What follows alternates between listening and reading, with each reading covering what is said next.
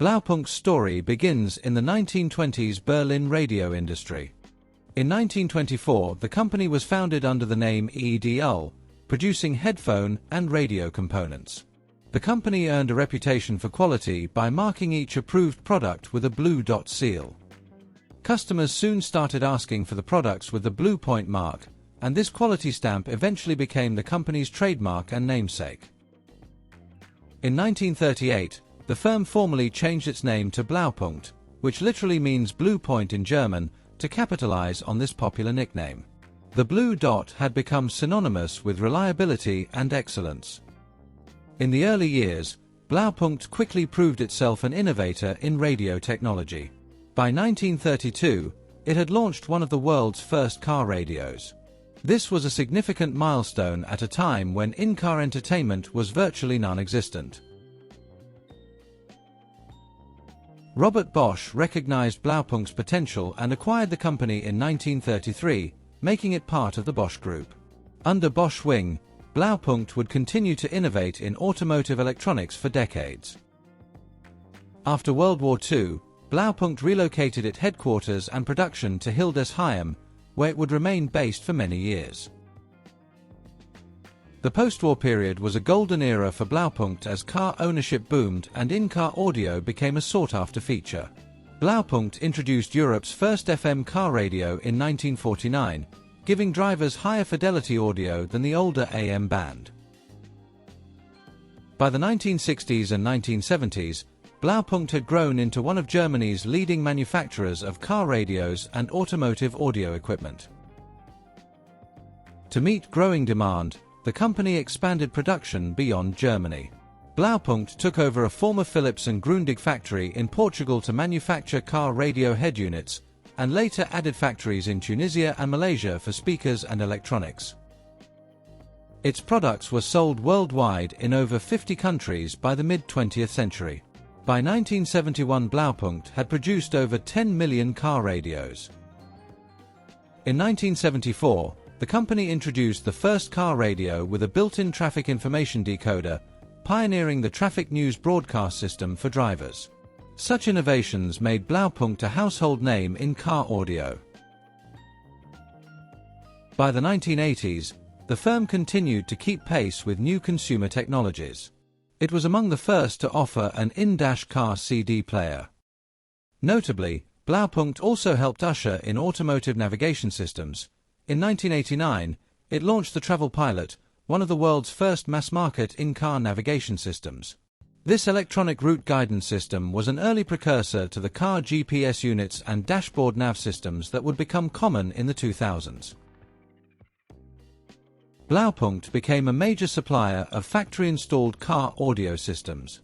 Many European car brands, including Renault, Audi, Volkswagen, Mercedes-Benz, and BMW, equipped their vehicles with Blaupunkt-made radios and sound systems. Often these units were branded with the automaker's name, for example, a VW Gamma radio or a BMW Business CD player, rather than Blaupunkt's name, but the hardware and electronics were pure Blaupunkt. This OEM integration meant that Blaupunkt's technology was inside millions of vehicles, further cementing its reputation during its heyday. While car audio was Blaupunkt's core identity, the company's product range was broader than just car radios for much of its history. In fact, up until the mid-1990s, Blaupunkt offered a full range of consumer electronics, not only automotive audio, but also home radios, stereo equipment, televisions, and other electronic devices. Under Bosch's ownership, Blaupunkt was essentially a consumer electronics brand, and its products were distributed in dozens of countries. However, as global competition intensified in the electronics industry, Bosch decided to streamline Blaupunkt's focus.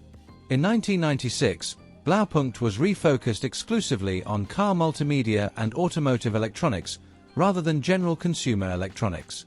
This strategic shift meant Blaupunkt largely exited product lines like home audio and TVs to concentrate on what it did best: car infotainment systems, car stereos, and related automotive tech. For a time, This specialization allowed Blaupunkt to continue innovating in the car electronics niche. Blaupunkt even marketed an audiophile product line, Velocity, for car audio enthusiasts, and its equipment remained OEM standard in many cars into the 2000s.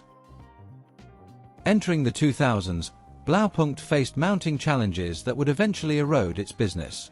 Perhaps the biggest shift was in the automotive industry itself. Car audio systems were becoming increasingly integrated and factory-installed, leaving less room for aftermarket brands. Traditionally, a car owner might replace the factory radio with a higher-end Blaupunkt or other brand unit, but newer cars began coming with systems deeply integrated into the dashboard and vehicle electronics. These systems were not easily replaceable. Automakers started treating audio and navigation as built-in features, tightly linked with car computers, steering wheel controls, and displays. This meant consumers were less likely to purchase separate aftermarket radios, directly impacting Blaupunkt's traditional aftermarket business. At the same time, competition in car audio electronics was fierce. Japanese brands like Pioneer, Kenwood, Alpine, and Sony dominated global aftermarket sales, while a wave of low-cost manufacturers, often from Asia, began offering cheaper head units and speakers. Blaupunkt, with its German manufacturing base and premium branding, found it hard to compete on price against these rivals. On top of that, new portable technologies emerged. For example, portable music players and eventually smartphones changed how people listened to music on the road. The financial crisis of the late 2000s dealt another blow. Sales of car audio and video equipment continued to decline. Major players began to exit the market. Panasonic and other companies withdrew from the aftermarket, and numerous car audio retailers closed their shops. In the face of a shrinking market, Bosch decided to sell Blaupunkt outright. It was clear that Blaupunkt's traditional business model was not viable in the new environment. In December 2008, Bosch announced it found a buyer for Blaupunkt, the Munich-based Aurelius Group, an investment firm specializing in restructuring troubled medium-sized companies. The deal was finalized by March 2009, ending 75 years of Bosch ownership. Under the agreement, Bosch kept Blaupunkt's OEM Automotive Electronics division, which was folded into Bosch's own car multimedia unit, while Aurelius took over Blaupunkt's global aftermarket and consumer products business. The newly independent Blaupunkt, under Aurelius, retained its name and remained headquartered in Hildesheim, Germany. However, despite optimism, it was clear that Blaupunkt had a steep hill to climb as an independent company. Bosch's decision to retain the OEM business meant Blaupunkt lost its built-in automaker client base. Indeed, Bosch continued producing OEM car audio and navigation systems for automakers, absorbing those operations entirely into Bosch, and stopped using the Blaupunkt brand name on OEM equipment. This was a crucial loss. Blaupunkt could no longer rely on automakers carrying its brand into new cars. The Blaupunkt name largely vanished from new car dashboards after 2009, except in the aftermarket or on legacy products. Meanwhile, as a standalone company, Blaupunkt now had to survive purely on selling to consumers and secondary markets, just as the aftermarket segment was rapidly declining. Under Aurelius's ownership in the early 2010s, Blaupunkt attempted to restructure and stay afloat in the challenging market. One major move was shifting from in-house production to an outsourced manufacturing model. After 2011, Blaupunkt transitioned into essentially a managed brand. All its product manufacturing was outsourced to factories in Asia rather than produced in Blaupunkt-owned plants. The Hildesheim operations were continually scaled back as various divisions were closed or sold off. By 2015, Blaupunkt was in serious distress. It entered a form of creditor protection, guardianship, in Germany as an attempt to reorganize and stave off collapse. Management sought new investors, and there were reports that at least 2 potential investors were in talks to inject money. The goal was to save the venerable company and as many jobs as possible, but time was running out. Blaupunkt finally filed for bankruptcy after no savior emerged. By early 2016, Blaupunkt's headquarters in Hildesheim shut its doors and the last remaining employees were let go, marking an end of Blaupunkt as an active manufacturer. Though the manufacturing business died in 2016, the Blaupunkt brand lived on. In fact, it has been reborn in a very different form. Recognizing the value of the famous name, Blaupunkt's owners shifted to a brand licensing model starting in the 2010s. Aurelius had created a Luxembourg-based entity, GIP Development, to manage intellectual property and global licensing for Blaupunkt.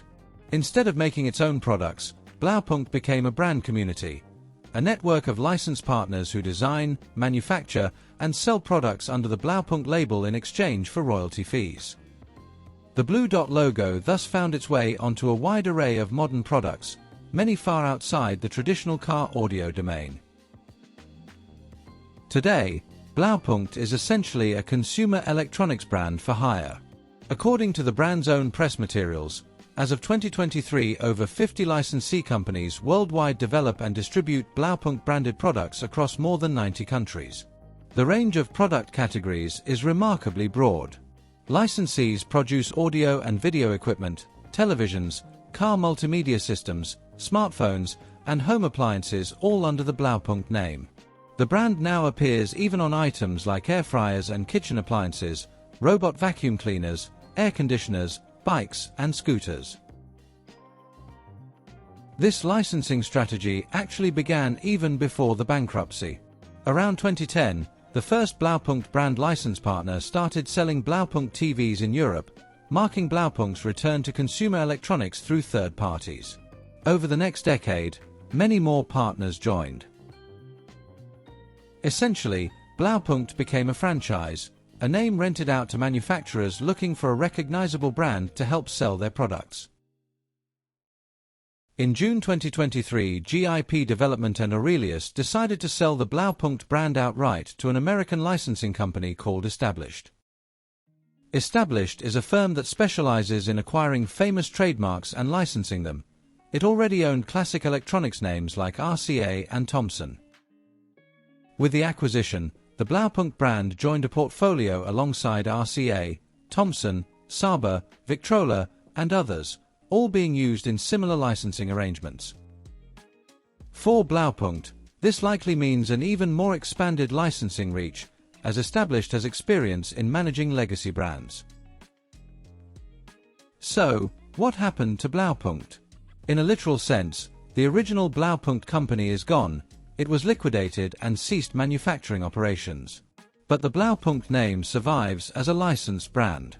While the logo and blue dot still evoke a legacy of German engineering, the reality is that Blaupunkt today is a marketing label for products that range from car stereos to kitchen appliances.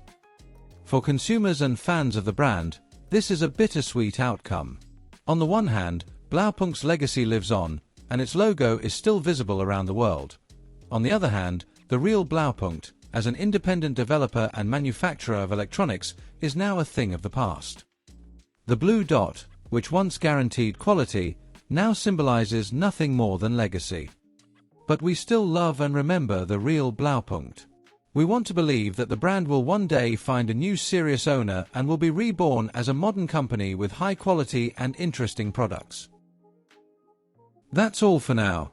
Thank you for watching. As always, please support by liking, commenting, subscribing, clicking the thank you button, or becoming a member. Stay tuned to the channel. There's a lot of interesting content to come.